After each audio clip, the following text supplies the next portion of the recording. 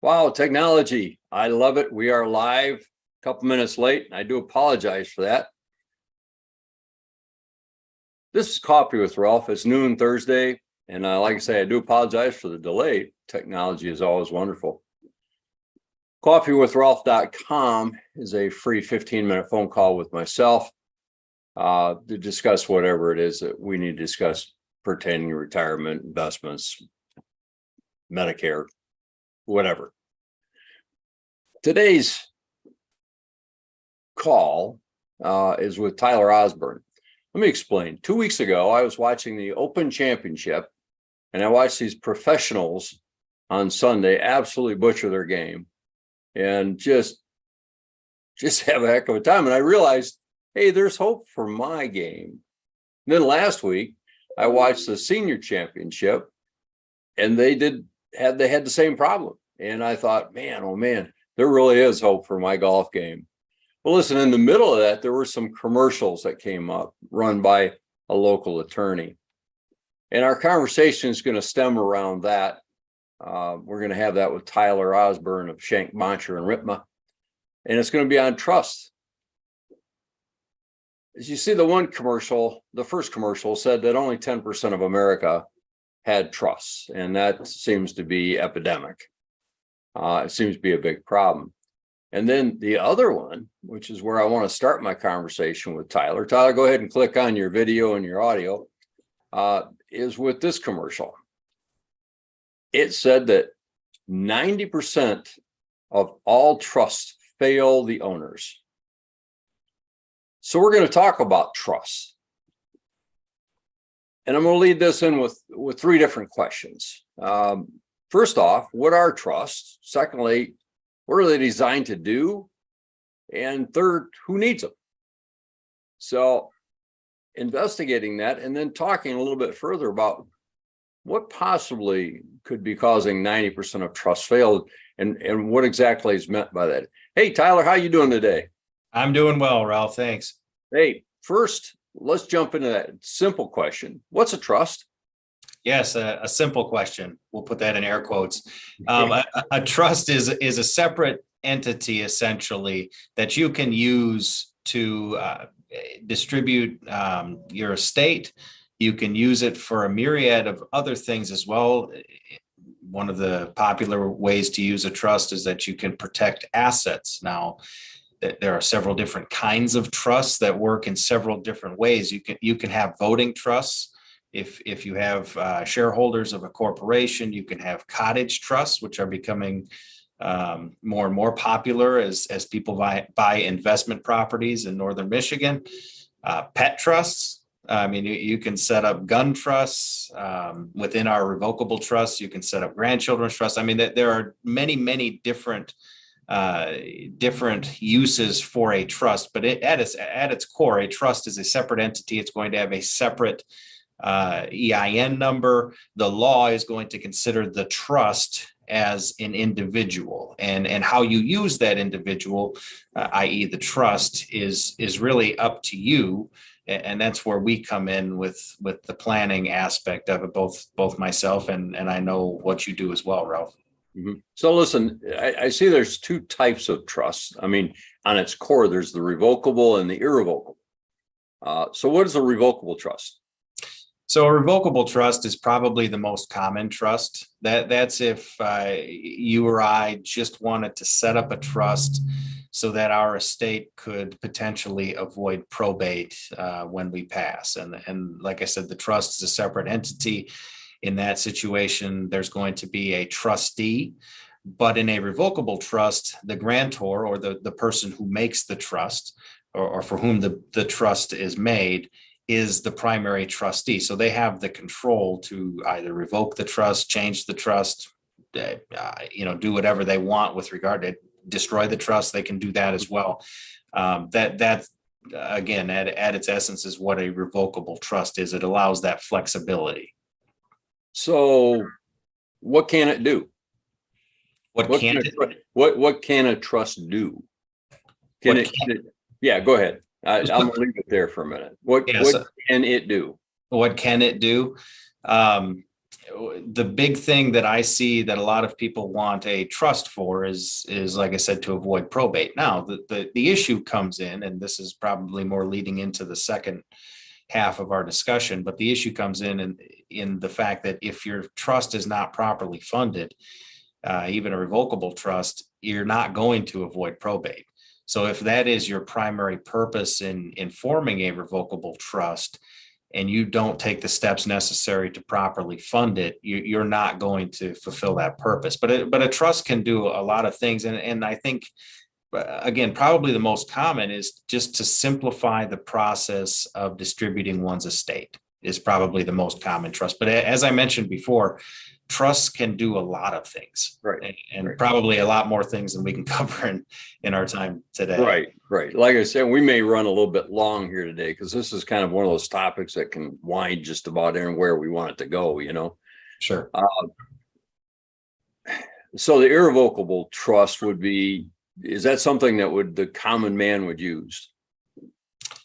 Yeah, I mean, it is. And I think one of the most common uses for an irrevocable trust or an asset protection trust or those types of things, that's a type of irrevocable trust. The most common use for that, or one of the common uses for that, is to protect someone's estate from a Medicaid look back. I mean, that's really what a lot of people use those for, or should be using them for.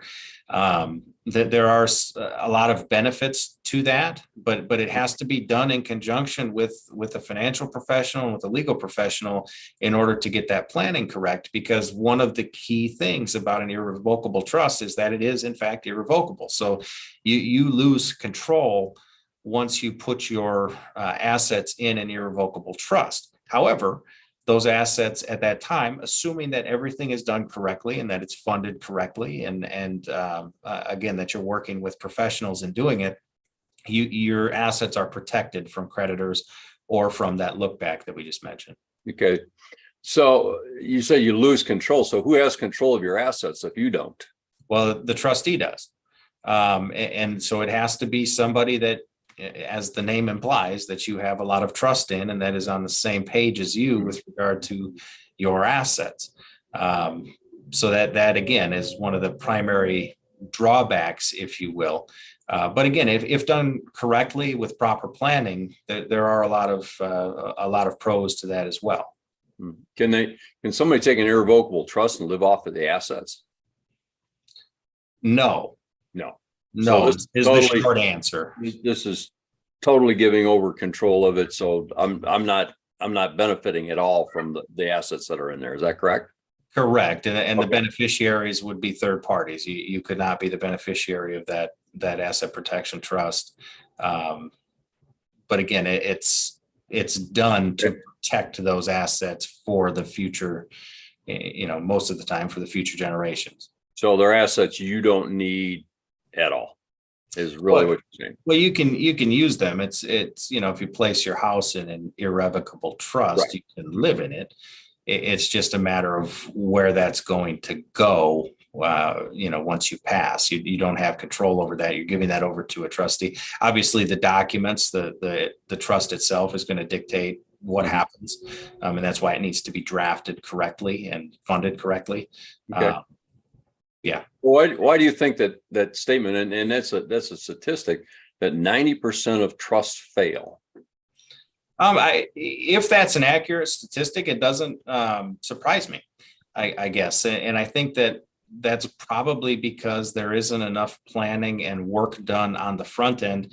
Honestly, and I'll own it, probably by people like me, by attorneys. There's not enough work done on that front end in order to ensure that the trust is first of all properly drafted and executed, but second of all properly funded as well. And this goes for any kind of trust. Mm-hmm.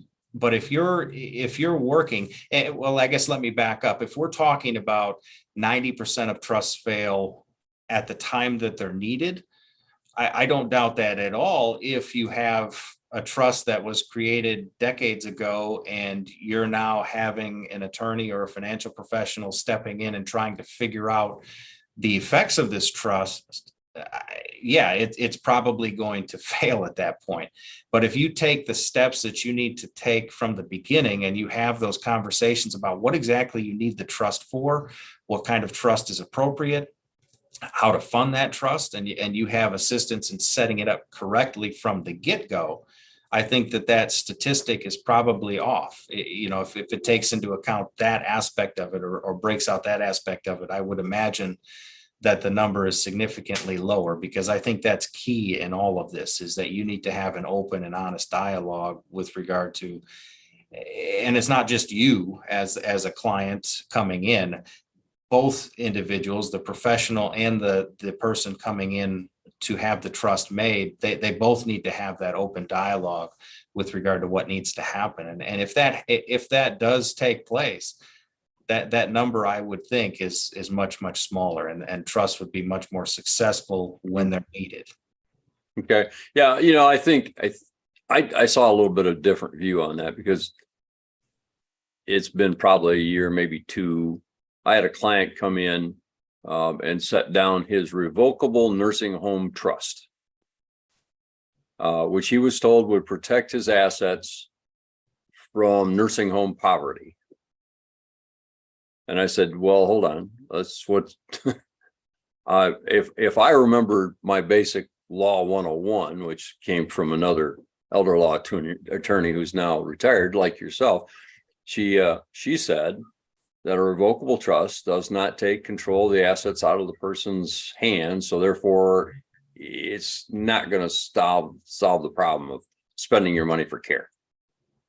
Do you agree with that? I do agree with that. Yeah. Okay. Yeah. And in that case, if that was the concern, which certainly seems to be the case from the title of the trust, again, I have not seen that trust, but that certainly appears to have been what they were trying to accomplish. I don't think there would have been or was that open and honest communication at the beginning of the process, which is why they found themselves in that scenario. But yeah, as a general rule, it has to be irrevocable in order to protect assets. In that case, I would assume they were trying to protect assets from Medicaid, and that's not gonna do it. Right. That's exactly what it was supposed to do. I still haven't quite figured out, and I'll pose the question. Have you ever sat down with a client who says, hey, listen, when I get sick, I've got Alzheimer's, I have a stroke, I want to go straight to the nursing home. I want the state to pay for my care. You had anybody say that to you? No, I don't think so. And, frankly, even if it did work, I'm going to put it out there, and we've got some discussion about this 90% thing. I just find it very disturbing that we would have professionals, whether that's an attorney or a financial professional, telling people to try to hide their money at the last minute for Medicaid. I don't think that works, does it? No, I mean, it doesn't. That's why the planning piece is so important here, because Medicaid is going to have a 5-year look back. 5 years for a trust. Yeah. So if you try to quote unquote hide your assets at the last minute, Medicaid is going to find them. I mean, there's no doubt about that, and there's going to be penalties that are going to have to be paid. So again, working with qualified and trusted professionals on the front end is absolutely essential, especially with that kind of planning, because of the fact that you need to time it correctly. Mm-hmm. That's super important. So no, you can't just wait until you're getting a diagnosis like that's going to lead you to need care. Mm-hmm. To try to do this. It has to be done in advance. Gotcha. Yeah. Like I said, we're going to run a few minutes over here, because this is one of those conversations that I think it's critical. I don't know how else to say it. I think it's critical because we talk about planning. You and I talk about planning. If Mike was on the call, Mike could be Mike Wittenberry. He talks about planning too, because that's what we have to do.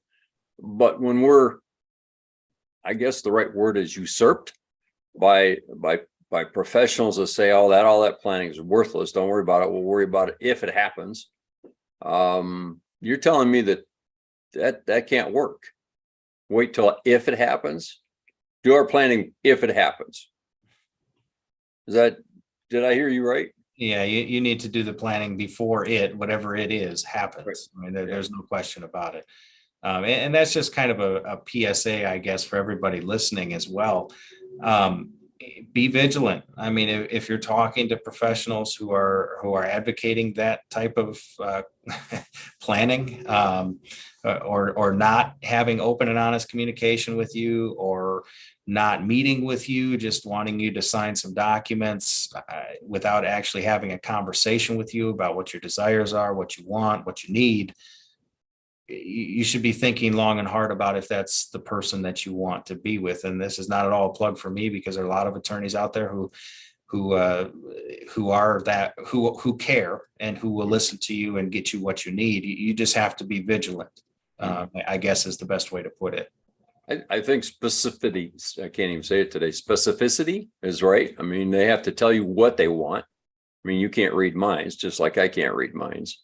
But so listen, I'm going to end this with a plug for me. Coffeewithralph.com is an easy way for folks to get a hold of me. Tyler, how can folks get a hold of you? Our website is schenkboncher.com, schenkboncher.com. Okay. All of our contact information is on there. Email is probably the best way to get a hold of me. And my email's on the website. That's going to be the best way. Awesome. Hey, I thank you for your time today. I think this discussion needs to go a little bit deeper and further so that we can really get to some of these people that are watching and saying, hey, listen, if you're thinking about it, you need to just sit down and review this stuff with somebody that frankly knows what they're doing, right? Agreed. All right. Hey, everybody, thank you very much for attending today. I hope you got a lot from Tyler's conversation about revocable and irrevocable and the pet trusts and all these other things that we can name our trusts and we can have them do for us. But the biggest thing is, hey, listen, if you have the question, he gave you the contact information to get a hold of him. You know how to get a hold of me. Listen, we're on YouTube now. So when you go to Coffee with Ralph on YouTube, make sure you subscribe and like my channel, because these videos will be posted on there for future use. Hey, everybody, have a great day. We'll see you next Thursday. Tyler, thank you for your time. Thank you, Ralph.